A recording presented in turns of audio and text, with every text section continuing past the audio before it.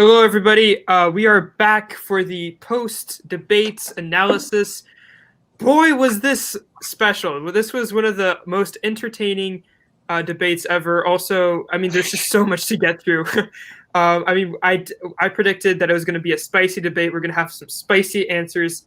And boy, did we get some habanero peppers today, my guys. So with us, as always, we have Max, Jake, and Mark. Um, I mean, there is so much stuff to get through. Of course, we can talk about the the lies and also the policy stuff. But I think what was really special is all of the, what Trump said. Some of this stuff is it's really special. Where do you, there's so many, like, where do we even start, right? I suggest we maybe do some our live reactions to it and kind of just go around and say what we thought. That works. Should I start? Yeah, of course. I mean, you're talking right now. So cool. You got it. Don't want to step over you in any way. So I think you're right, Miles. You alluded to this in the introduction there. We definitely have a lot of things that we predicted beforehand. Definitely a contentious debate, a lot of talking over each other. But frankly, I don't think this debate's going to matter too much because it reminds me a lot of the 2016 debates. I think Biden had a phenomenal debate. I'm just going to get to that out right away. We didn't see too many trip-ups. I don't think the list was too much an issue for him.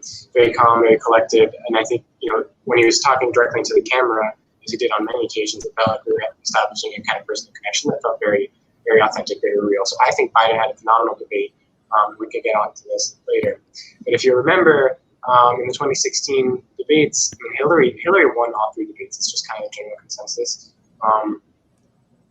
But she still lost in the general election. So I'm really curious to see how this shifts the polls in the next few days. If this is any different, if Biden was able to create more of a personal connection that I don't think Hillary was able to do.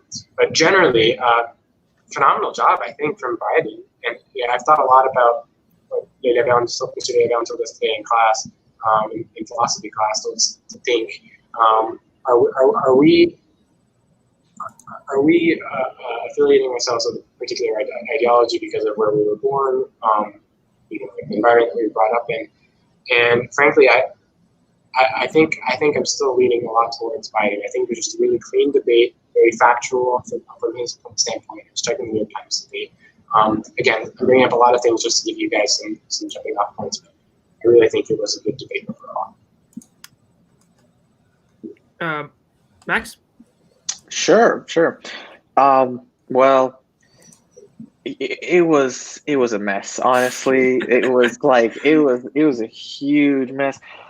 I mean, Chris Wallace had to jump in and someone made this reference in the chat before that, it really shows that teachers don't get paid enough because they have to wrangle children like that. So Max, sorry to interrupt you. Just to give some clarification, I think it was Tom Tom put us. So we have a chat for the conversation, and Tom put it was Trevor Noah's thing is So but I think that was a really great comment that kindergarten teachers aren't paid well enough. Honestly, I think he was right. It was really it was a mess, and if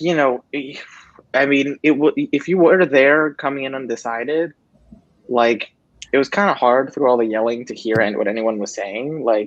And it was a lot of personal attacks too. I feel like a lot of it was very much anytime Trump was attacked on policy, he brought up Hunter Biden, or he brought things up that had nothing to do with what was on topic.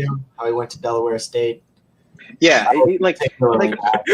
he went off on when he couldn't answer a question, he just went off on these tangents and went on the attack and went with something that had nothing to do. And admittedly, also I think Biden started off a little rough. He was a little bumpy at the beginning. I disagree. I think at the beginning he was stumbling, but once he saw that Trump had no idea what he was doing, he felt more confident and he got better. But I think also there were certain points where where Biden was kind of struggling to, and like Trump always came very quickly with like what's your proof, or like what are you talking about, like who said that, and Biden sometimes had a little trouble, and I think that overall I think Biden won the debate because he was definitely more focused and clear with what he was saying. He wasn't all over the place, and he wasn't jumping in at every given moment. So I think Biden won, but I think that it was kind of hard to follow just because it was all over the place. And if you didn't have a corner already, this wasn't going to help you pick. Yeah, Max. To go off of that, I think that if you're coming into this debate as an undecided voter, I think that this did not provide much insight at all into who you should vote for. And I think that if Biden wants to win over some of those undecided voters that are really relying on the debates to kind of figure out what policy they both stand for, I think that Biden is going to have to play Trump's game a little more. Even though he was kind of taking the high road most of the time when Trump was going off on his tangents and interrupting him, he kind of just stood there quietly and waited for Chris Wallace's mostly futile attempts to control his outbursts. Hence, kindergarten teachers needing to be paid more. But I think that Biden does need to play Trump's game a little more and have more of a fierce presence on the stage. I know that's very hard for him. I felt him. I think he did do rather well in the beginning of the debate. I think towards the end he got a little tired. I think it's a real shame that his closing statement was just completely interrupted by Trump. He really hit some home runs towards the end there. I think Chris Wallace really had a lot to do with that. He did a horrible job, just all around. So I think that we all know, for those of us who do know policy, they're the two candidates' policies. We know who we're going to vote for, but for undecided voters, I think that this debate was a horrible failure. I don't think that it helped at all, and so I think that the two candidates, or I hope that Biden will learn how to play the game a little better. It's a unique circumstance going up against Trump. We all wish that this were a normal debate with normal politics, but it's not, and I think that he needs to adapt a little bit to that. Yes. Also, I mean, I think you guys all have really thought about this debate. I would honestly agree with all of you. I think Biden really was the winner. I mean, and I don't think there's. That's like my main takeaway from this. I think that although Biden wasn't, I would say, necessarily the most aggressive, the most punchy, I don't think he necessarily had always number one answers as my main guy Bernie Sanders does. I'm just sorry, guys. Of course, I'm biased, but I still think I think that the mere fact that Trump was such a bully, kind of, it really was more of a negative for Trump. I think so. Biden did pretty neutral. It was but I think Trump really kind of dug a hole for himself. And so Nina actually asks, should Biden have been more aggressive against Trump, or was his approach of letting Trump's words and actions speak for themselves more powerful? So I think this basic idea of aggression is very important. I think personally, during most debates and when you're speaking, it's very important to be aggressive. It's very important to put your name out, to put your ideas out there, to really maintain control, take control of the floor, take control of speaking time.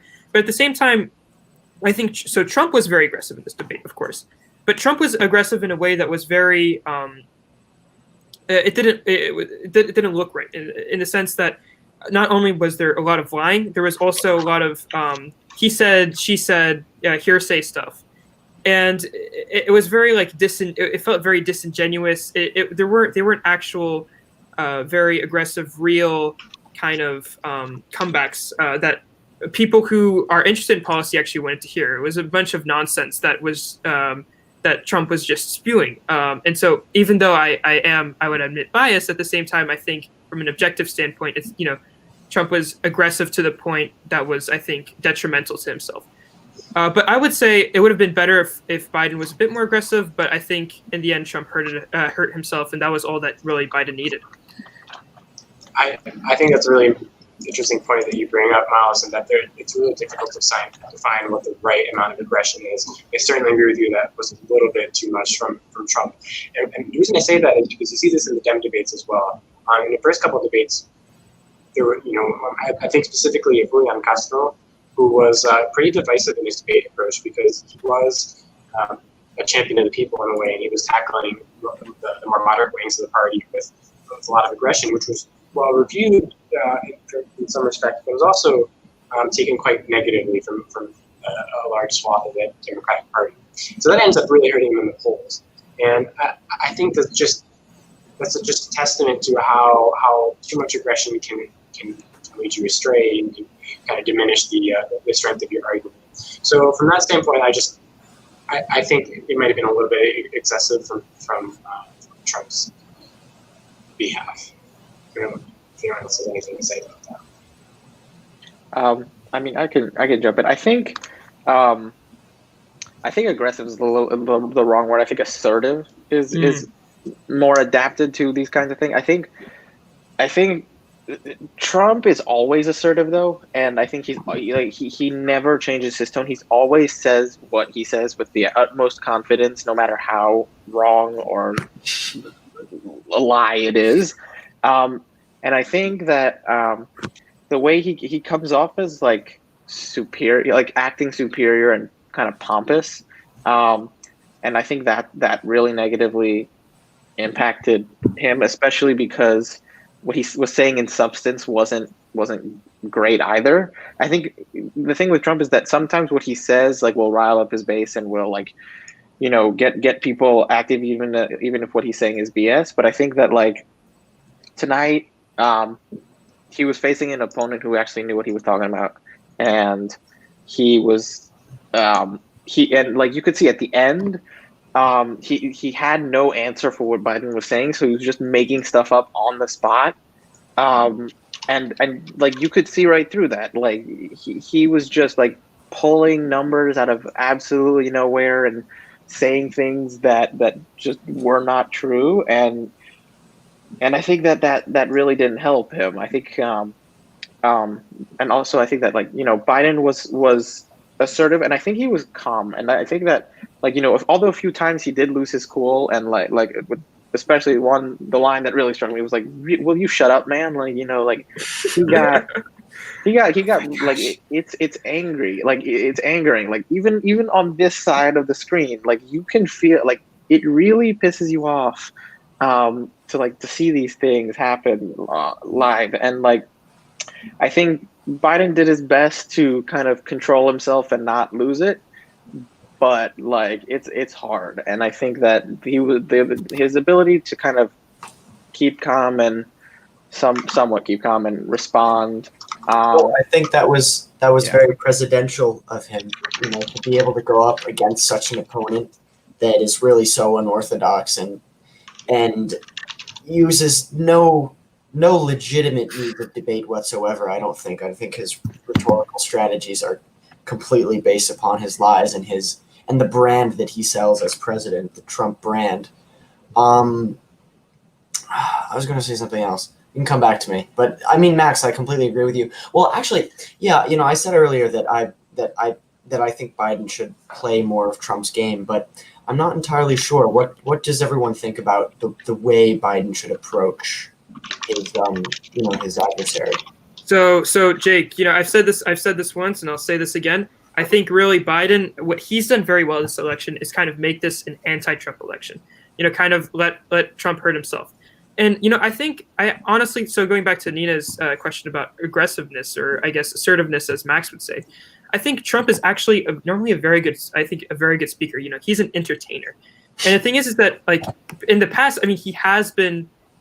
You look at his rallies and you're entertained. You're like, what is this? Like remember the Bloomberg stuff where he was imitating Mini Mike, and of course it's really stupid and all, but. Even like in 2016, like when he hammers home trade, I think it's pretty effective. So I wouldn't say that Trump's strategy is not effective at all. I just think that here he kind of pushed the limit, and it's not. I don't think it's effective to bully, to to bully your opponent, say that the sun is like you're a terrible person, to insult the guy, say that you're not smart at all, you're the worst in your class. It's not helping you. I think it's very condescending, and I don't think it looks good. So Archie asks a question, oh, sorry, I divulged the secret identity of the Zesty Banana. But the Zesty Banana asks the question, what is your opinion on the different names, blah, blah, blah, of Trump? So I don't think Trump mentioned all of these, including low energy Jeb, although Jeb Bush, what a meme, what a legend. Well, Miles, I think he did mention Sleepy Joe and Pocahontas. So I don't know. I find it kind of, honestly, I kind of find it amusing. Of course, it's like not super nice, but at the same time, I think it makes it a lot more entertaining. And honestly, it's a way for him to rile up his base. It's a way for him to generate enthusiasm. And it's, again, it goes back to this way of, this idea of being an entertainer. Trump is an entertainer. That is why I think, that's why he gets these huge crowds. It's because he entertains people. And part of Pocahontas is like it's the entertainment factor, right? But I think also, I think it's also important to mention, some other some other moments. So I'm looking at my phone. I wrote a bunch of stuff down. The manifesto. Remember, guys? He mentioned the manifesto. I knew you'd pick up on that. I knew that Miles would remember the manifesto comment. Don't worry, Max. I remembered a lot of things from that debate. It's just the first thing. This is one of the first things I see. So it's the manifesto. I'm like, what are you talking about? There's just so many times in that debate where I'm looking at the screen, and then Trump says something, and 5 seconds later I'm like, what are you talking about? Like, there's like also thing at the end. It was like the forest. Where it was like the forest. Remember the one with the forest, right? It was like the European trees. Forest cities. Forest cities in Europe. Beautiful moments. I mean, as expected, right? What are you talking about? It's like I think the manifesto comment was just his way of kind of riling up his base and drawing the parallel, and trying as best as he could to draw the parallel between communism and Bernie. And that's really, I think, to get especially the Cuban vote in Florida. And those voters who fled communism, and so when they hear manifesto, they think communism, they think bad things are coming. Well, Max, I think that it's very important to acknowledge that Trump is really trying very hard to associate Biden with the far left, and I think that Biden, in a way, is trying to find a balance between distancing himself from that and also supporting his party lines, which are now, in the polarized nature of our politics in this country, more and more, we're going far to the left and far to the right. And I think Biden is on a very, very thin line between falling too far left, and I'm not going to say too far left is Bernie, but getting there, getting into AOC territory. I know that Trump, called the Green New Deal his deal, and Biden insisted that it was not, that he is not the Green New Deal. So I think that it's interesting to maybe we could discuss where exactly Biden wants to be, or where Biden should be in terms of his own party that is pretty diverse in ideas, that can guarantee him the best shot in November. Well, Jake, I think that's a great point that you bring up, and I wrote this down in my debate notes. I think this was probably the strongest element of Biden's defense, was really drawing that line between the radical left, as Trump calls it, and the progressive right. I think one of the most memorable moments of the debate was when Biden said, "I am the Democratic Party," right? That he is the voice of that party, which is true. Once you win the Democratic nomination, the campaign, the party flows through this nominee. So, as he establishes that really early on, he's able to say that he's defining what Trump would consider to be right or wrong. So when he says stuff like that he doesn't want to defund the police, that really kind of puts Trump in an awkward position, because he's coming to this debate expecting to grill Biden on these ideas that he'd consider to be radical left. So I thought that was really effective for Biden, establishing that early on, so that he can kind of diffuse the arguments that Trump is directed towards. I don't know if that's clear. Yeah.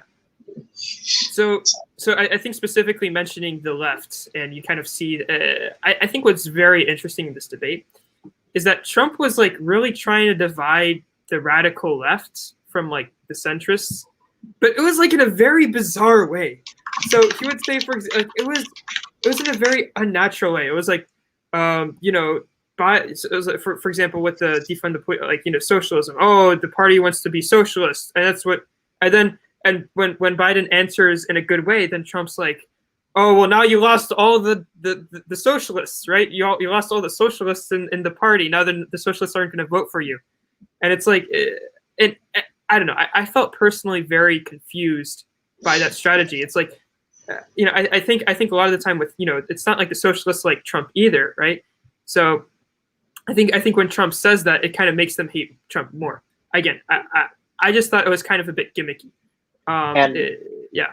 Yeah, just to kind of pick up on that, I think that that Trump is in a position very different from Biden's, where he's very secure with his base and he knows who likes him and who doesn't. He has that already. He's not looking for swing votes per se. I mean, it didn't really seem like he was out looking for those. Biden, on the other hand, is trying to appeal more across the board to Republicans who are unsure about Trump, to the people Trump calls radical left, and to all, you know, the people kind of in the middle of all that who, you know, are like me a little bit, like, you know, floating around. And I think that Biden is doing rather well at kind of quashing all of these kind of attacks from Trump, where he's like, you know, where he's criticizing him for being too radical, and then he's saying you lost the radical support because of what you said. I think that Biden is handling very well what he's doing, like what he's saying and how he's responding, and in a way to, you know, try to garner as much support as he can. And I think that Trump is kind of shooting himself in the foot here because, you know, while Biden doesn't support defunding the police, you know, Trump made it very clear that he's completely on the opposite of what Biden wants, and even though Biden wants something a little more moderate. So, like, I think that if Trump had any hope of getting people who were unsure of Biden, that hope is pretty much gone now, because he's kind of like, Biden and Trump have both been like, I'm nothing like my opponent, and we have nothing in common. And Trump's like, I'm all the way over here on the right, and Biden's like, I'm, you know, a little bit more in the middle. And so that's why I think also Biden. Okay, has, guys, I have a question for you. This is very important. All right, do you think? Okay, guys, do you think, honestly, do you think that Biden and Trump were a bit drugged up, you know, before coming on stage? Look, okay, wait. Can I just explain myself? Can I just explain this to me? I mean, okay, let's okay, guys, come on. I mean, Trump was, definitely, you know, he was, orange. Yeah, he was looking more orange than usual. Very orange. Yeah, he was very orange today. But yeah, he was like excited. Like, he kept talking and talking. His energy levels were up to here, my guy.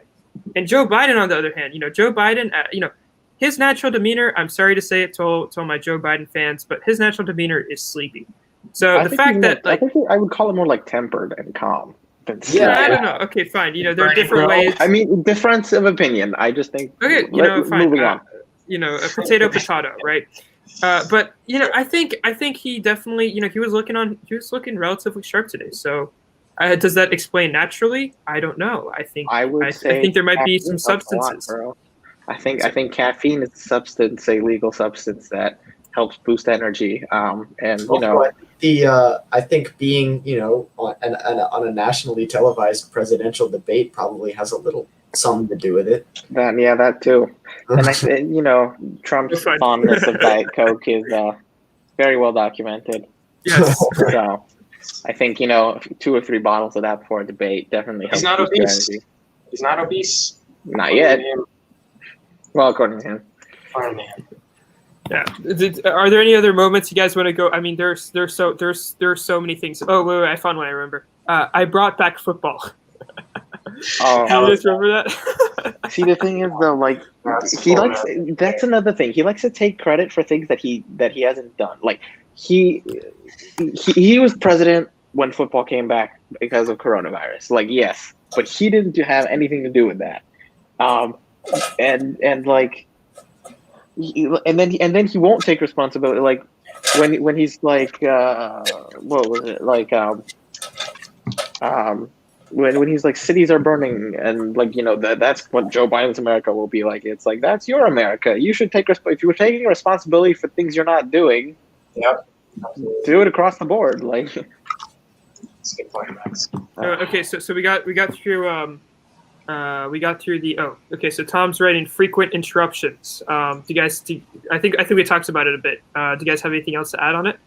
I mean, Chris Wallace needs. Oh yeah, we got to talk about the moderator, Chris Wallace. Honestly, I think what they should have for future debates is they need a button on each side of the moderator where he can mute or just cut off the mics. Yeah. Okay, like Max, I'll do you one better. Max, I'll do you one better. In Austin Powers, when there's Dr. Evil and he's in the lair, and everybody has a seat, and he presses a button and they go into the pit of fire, right?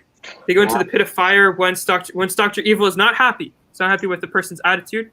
Presses the button, the guy goes into the pit of fire. Well, that means the moderator is in charge of who's the next president. Yeah, exactly. I mean, it's better. It was better than this.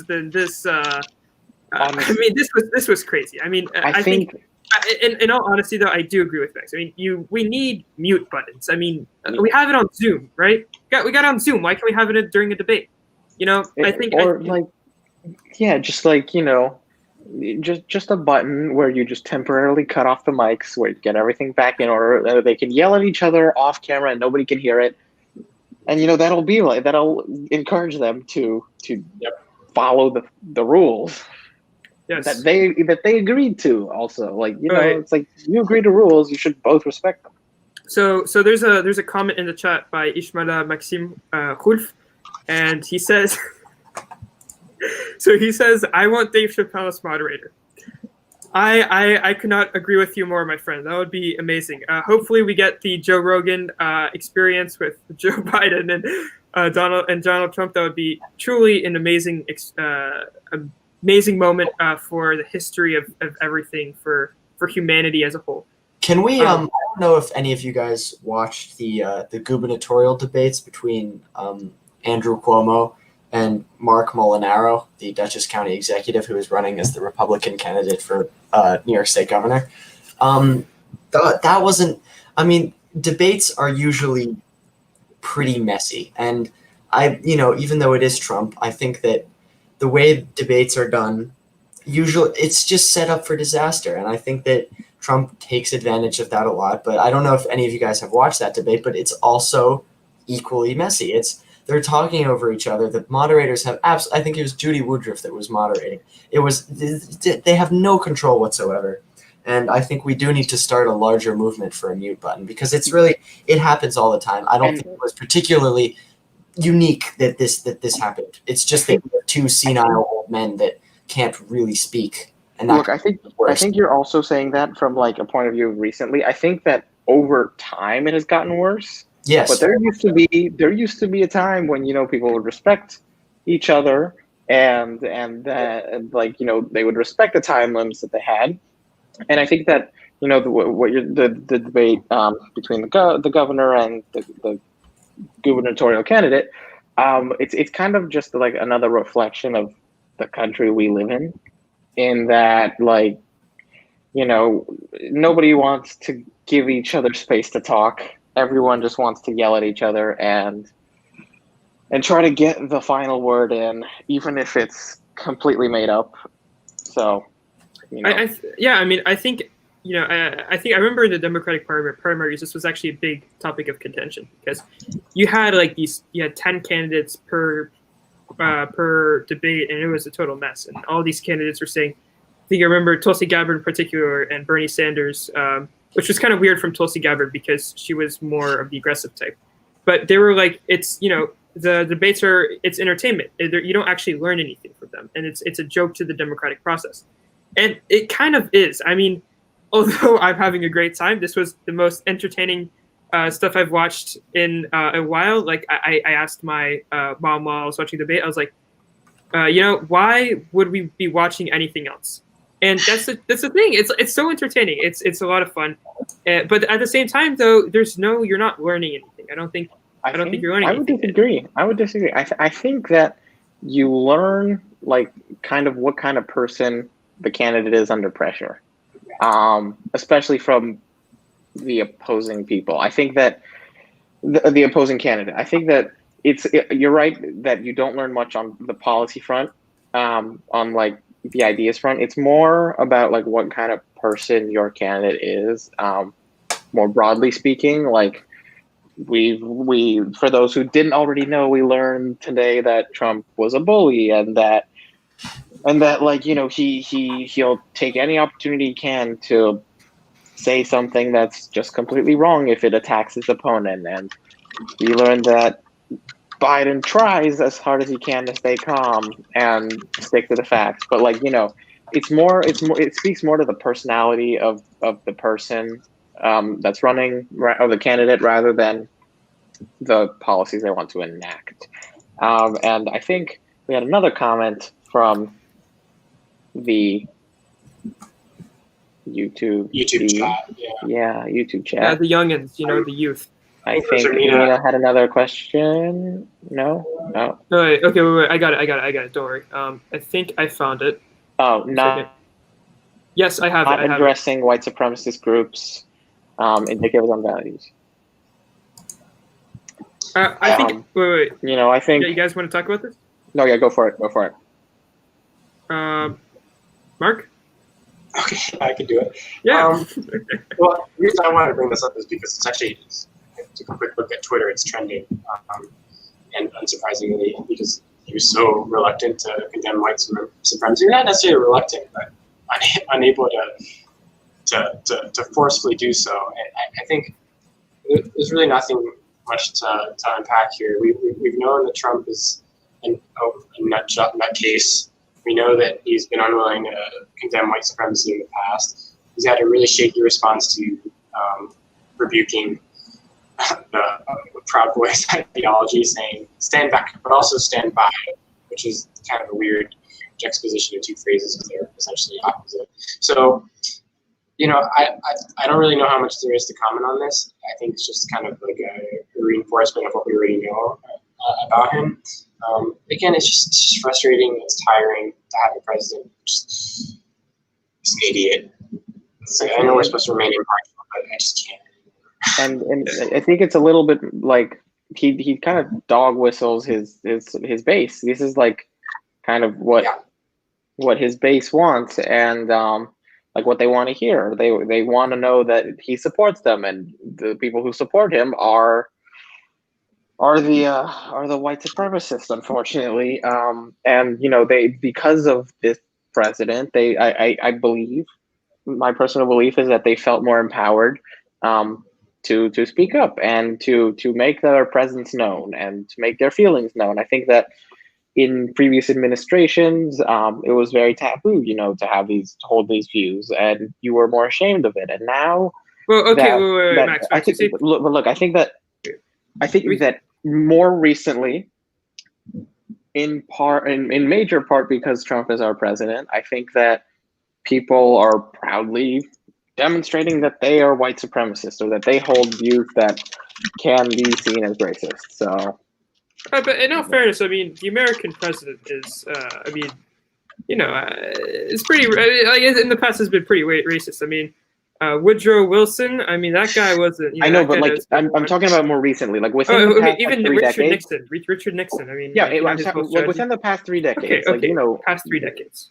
Okay. And like, I think that there's been a resurgence of racism, and and I think that since Trump has taken office, people have been less ashamed of being racist and have been more willing to walk out of their homes with White Lives Matter flags or the Confederate flag, or those kinds of things. It's I think that like his presidency has empowered people to kind of take things into their own hands, like take matters into their own hands, especially when he goes on yelling about law and order, and like how we need to defend our cities. That encourages people with guns to travel long distances with those machine guns and pretend like they're cops and shoot people and kill people. And like I think that Chris Wallace made a point when he was talking about the violence, and that there has to be a stronger response to the violence, and a stronger differentiation between the violence and the peaceful protests, because and that's another thing, like race and violent protests, like that was one of the topics. Like if you conflate both of them, you're immediately associating them. And I think that there should be more done to counter the violence, but there should also be like more done to counter like civilian with guns coming to try to law and order, that kind of thing.